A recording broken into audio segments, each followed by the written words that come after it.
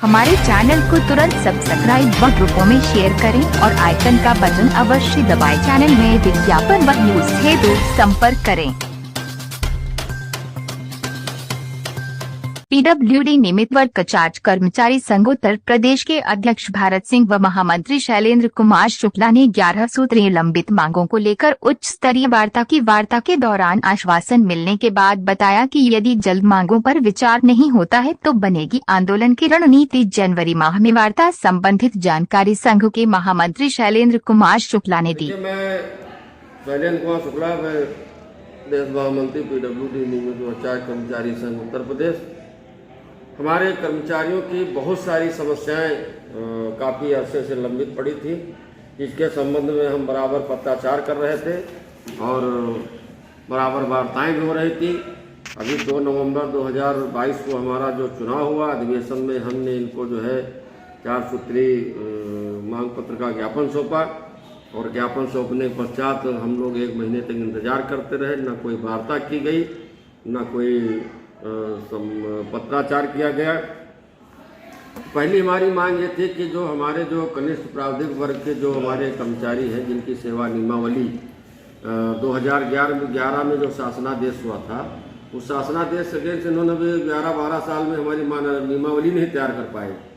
तो एक तो हमारा नियमावली का बहुत जोर था और जो हमारे शासन से जो आपत्तियाँ आई थी, उन आपत्तियों को हम नियमावली के जो आपत्तियाँ लगी थी हम उनको सब निवारण करा दिए और हम पूरा अपना फाइनल नियमावली करा करके हमने विभाग को सौंप दिया है और विभाग उस पर आगे उनकी कार्रवाई अपेक्षित है।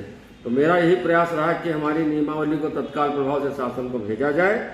और दूसरी मांग हमारी थी कि जो विभाग में हमारे जो दैनिक वेतन वर्ग चार्ज के जो कर्मचारी जो वर्ष 2001 के पहले या 29/6/91 के पूर्व के जो हमारे कर्मचारी थे और वो कर्मचारियों के आश्रित के रूप में माननीय न्यायालय के द्वारा या विभागीय प्रक्रिया के द्वारा जो हमारे कर्मचारी की नियुक्ति हुई है और उनको लगभग हमारे करीब 150 के आसपास जो है 18 मंडलों में हमारे कर्मचारी कार्यरत हैं। इस पर भी अभी हमारी वार्ता हुई है और 16 नवंबर को जो है हमारी जो वार्ता हुई मुख्यालय 2 की वार्ता हम लोगों ने मना कर दिया कि हम वार्ता नहीं करेंगे, क्योंकि उनका सेवानिवृत्ति 31 दिसंबर 2022 को होना है। और हमारे माननीय अध्यक्ष जी ने भी कहा कि सर हम आपसे कोई बात नहीं कर सकते, क्योंकि अब आप 10 दिन के मेहमान हैं और जो भी निर्णय होगा, जो भी वार्ता होगी, तो चूँकि प्रमुख जनता परिकर महोदय हैं, वही निर्णायक हैं और उन्हीं के अनुमोदन से ही सारे कार्य होने हैं। तो हमने उनकी वार्ता को मना कर दिया। मना करने के ठीक दूसरे दिन जो है अरविंद कुमार जैन साहब जो है वार्ता के लिए उन्होंने बुलाया और सार्थक हमारी उनकी वार्ता हुई। वार्ता के बाद जो है जो हमारे जो दैनिक वेतन वर्ग चार्ज के कर्मचारियों की सहमति बनी, क्योंकि 11 मंडलों से हमारी सूचनाएं प्राप्त हो चुकी हैं, अभी 7 मंडलों की सूचनाएं अवशेष हैं। तो उन्होंने इस बात का लिखित आश्वासन दिया कि 15 दिन के अंदर सारे क्षेत्रीय मुख्य अभियंताओं से रिपोर्ट मंगा करके संकलित करके और उसकी जो है हम शासन को भेजेंगे।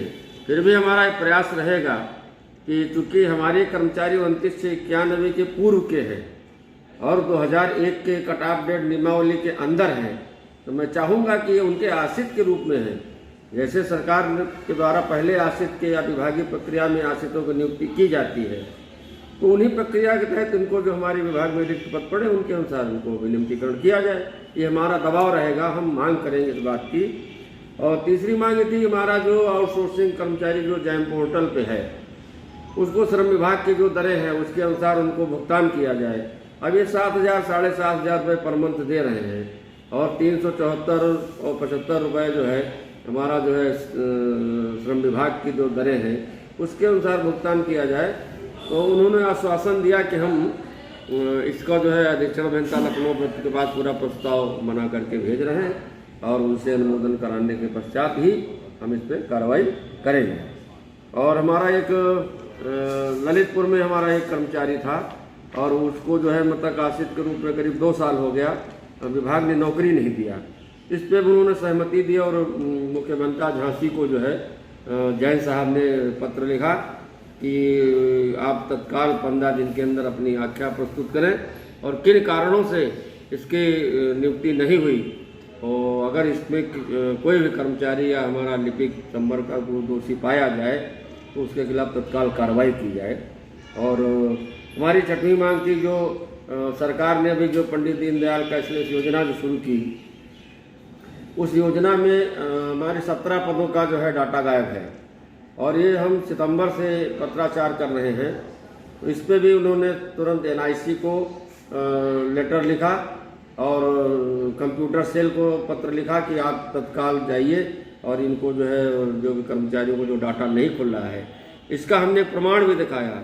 जनपद सीतापुर के शासी अभियंता के द्वारा जो है लेटर आया और हमने देखा, हमने कहा सर देखिए आज ही मुझे प्राप्त हुआ है और शासी अभियंता महोदय इस बात को कह रहे हैं कि पोर्टल की साइट नहीं खुल रही है, तो कैसे डाटा फीडिंग किया जाए। उन्होंने तुरंत आश्वासन दिया कि इस पर हम प्रयास कर रहे हैं। और हमारा जो एक अहम मुद्दा था 7वां, अभी हमने जो है जनवरी 2022 में हमने जो है 293 पदों पे जो है बेलदारों की पदोन्नति कराई और उस पदोन्नति में बहुत सारे जो हमारे मंडल हैं उन पे तो कार्रवाई हो गई, जनपदों में हो गई, मगर जैसे प्रयागराज है और गोरखपुर है और अब आपके लखनऊ में जैसे उन्नाव है, हरदोई है और बहुत कई जगह से कानपुर में जैसे फर्रुखाबाद नहीं हो पाया, कौशाम्बी नहीं हो पाया। तो बहुत सारे ऐसे ज़िले हैं जहाँ पे हमारे पद हमारे पड़े हुए हैं। इस पर भी हमने कहा तो उन्होंने कहा, आश्वासन दिया और लिखित तौर पर उन्होंने 15 दिन के अंदर सब रिपोर्ट मांगी, आख्याएँ मांगी कि आप इस पर आख्या दीजिए और क्यों नहीं कार्रवाई की इसका कारण भी आप स्पष्ट करें। अभी 2 नवंबर 2022 को हमारा चुनाव हुआ था, ये सूची नहीं कर रहे थे, सूची तो खैर इन्होंने मुख्यालय के द्वारा जो हमारी 16 तारीख को ही जो सूची उन्होंने जारी कर दी।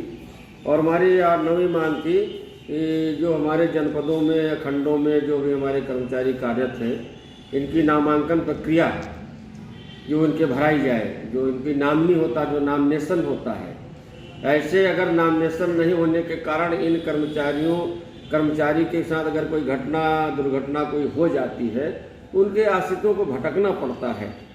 ताकि नामिनेशन नहीं है तो DM के यहाँ दौड़ो, फिर वही जगह दौड़ाना पड़ता है। तो इस पर उन्होंने 15 दिन का समय दिया सारे मुख्य अभियंताओं को और ये भी कहा कि इस बात का सर्टिफिकेट दें कि हमने अपने खंड में, अपने ज़िले में हमने प्रक्रिया पूर्ण कर ली है। इस बात का भी सर्टिफिकेट वो देने के लिए कहा है। और कर्मचारियों का स्थायीकरण किया जाए। अस्थायीकरण में भी उन्होंने जो है 15 दिन का जो है सारे जोन से आख्या मांगी कि आप इस बात का भी प्रमाण पत्र प्रस्तुत करें कि कितने कर्मचारियों का अब तक आपने अस्थायीकरण किया है, अगर नहीं किया है तो कितने शेष हैं और कितने का कार्य आप कर दिए हैं और कितनी बाकी हैं और कितने दिन में आप इसको पूरा करेंगे। ये भी आप इनको सर्टिफिकेट समस्त क्षेत्रीय मुख्य अभियंताओं को देना पड़ेगा। और विभाग में हमारे जैसे संगठन हमारा PWD नियमित और कर्मचारी संघ के सापेक्ष में बहुत सारे कई जिलों में सूचनाएं आई कि कोई श्रमिक संघ के नाम से फर्जी संगठन चला रहा, कोई मजदूर सभा के नाम चला रहा। एक हमारा लोक निर्माण विभाग वेलफेयर एसोसिएशन के नाम से जो है वो प्रयागराज में एक फर्जी संगठन गठित हो गया और उसका रजिस्ट्रेशन भी फर्जी तरीके से करा लिया, जबकि उनका जो रजिस्ट्रेशन हुआ है वो मान्य नहीं है, क्योंकि जो भी शासन के द्वारा जो भी मान्यता प्राप्त संगठन है वही वार्ता के लिए अधिकृत हैं। तो इन सारे मुद्दों पे सकारात्मक हमारी वार्ता हुई और उन्होंने आश्वासन दिया और हमको जो है ये लिखित तौर पे हमको हमारी जो कार्यवृत्ति है वो प्रस्तुत करेंगे, हमको देंगे और उस पर हम विचार करेंगे और इनको हम 15 दिन का 20 दिन का समय देंगे। अगर इस पर कोई नहीं होता तो हम जनवरी में धरना प्रदर्शन लगाएंगे और हमारे जो कर्मचारी की जो लंबित मांगे पड़ी हुई हैं हम उनको पूरा कराने का पूरा मैं प्रयास करूंगा। और संगठन का भी हमारा यही ध्येय है। हमारे प्रदेश अध्यक्ष आदरणीय श्री भारत सिंह यादव जी जो है कई बार प्रमुख अभियंता परिषद नियोजन श्री जैन साहब से मिले, मौखिक तौर पर उन्होंने कहा कि साहब हमारी वार्ता करिए, हमारे बहुत सारे प्रकरण लंबित पड़े हैं। खैर उन्होंने भी वार्ता के लिए बुलाया और अगर वो कहते हैं हमारा काम कर देते हैं कर्मचारियों का, तो हम उनका बहुत बहुत साधुवाद, बहुत बहुत धन्यवाद प्रेषित करेंगे। और इसी के साथ मैं अपनी बात समाप्त करूँ। जय संघ, जय भारत।